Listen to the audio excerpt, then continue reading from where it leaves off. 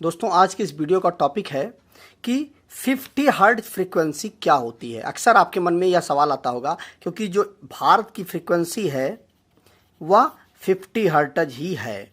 तो 50 हर्ट्ज क्या है, इसका मतलब क्या होता है, अगर आप पूरी वीडियो को ध्यानपूर्वक देख लेते हैं तो यह चीज़ एकदम से आपके समझ में आ जाएगा और सारे कन्फ्यूजन्स इस टॉपिक से संबंधित आपके हमेशा के लिए ख़त्म हो जाएंगे। तो आइए शुरू करते हैं इस वीडियो को। मैंने यह एक साइनसॉइडल फॉर्म बना दिया है एसी का। आप ये जानते हैं कि एसी में फ्रीक्वेंसी होती है और डीसी में फ्रीक्वेंसी नहीं होती है। तो एसी की हम बात कर रहे हैं।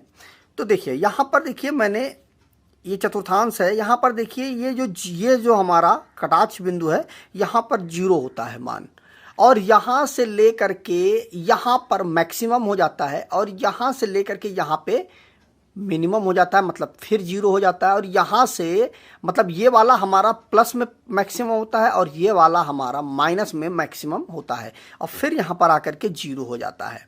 ठीक है, तो यहाँ से लेकर के यहाँ तक फ्रीक्वेंसी है।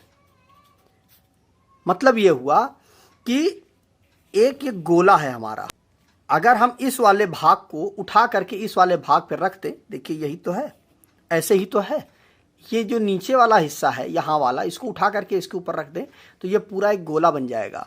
जो यह पूरा एक सर्किल है वही फ्रीक्वेंसी है और कितनी, 1 हर्ट्ज है। मतलब ये हुआ कि यहाँ पर देखिए यह अपने मैक्सिमम मान पे है माइनस में और यहाँ पर मैक्सिमम मान है प्लस में। अब क्या है कि जब 50 हर्ट्ज है तो यह हमारी एक फ्रीक्वेंसी हुई। इसी तरह से 50 बार ऊपर नीचे होगा तो हमारा 50 हर्ट्ज फ्रीक्वेंसी उसको कहा जाएगा। यहां पर जब हमारा, अगर हम एक बल्ब को रखें, ठीक है, उस बल्ब को हमने फेस और न्यूट्रल से कनेक्ट कर दिया तो वह बल्ब 1 सेकंड में 50 बार जलेगा और 50 बार बुझेगा।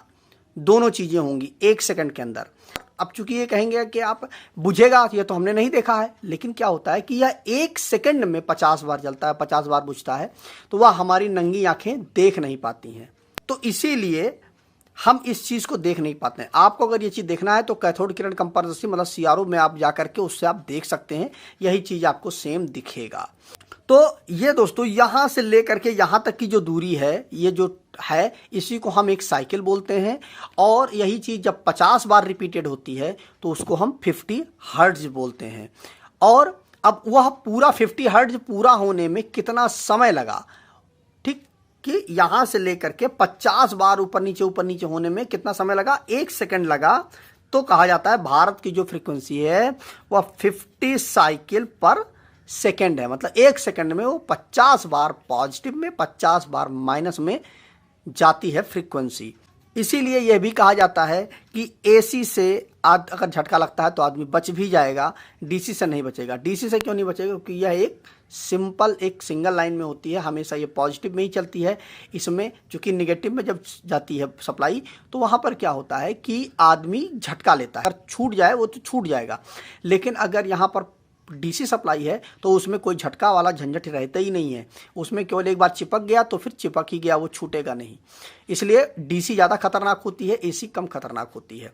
ठीक है, इस तरह से। लेकिन चूंकि क्या है, एसी में वोल्टेज बहुत ज़्यादा होता है इसलिए एसी ज़्यादा खतरनाक होती है। लेकिन अगर उसके इस तरह से समझें हम तो डीसी ज़्यादा खतरनाक होगी।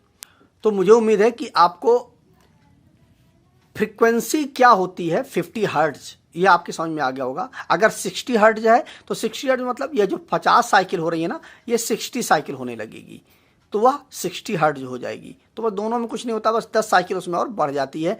टाइमिंग वही 1 सेकंड का ही रहेगा।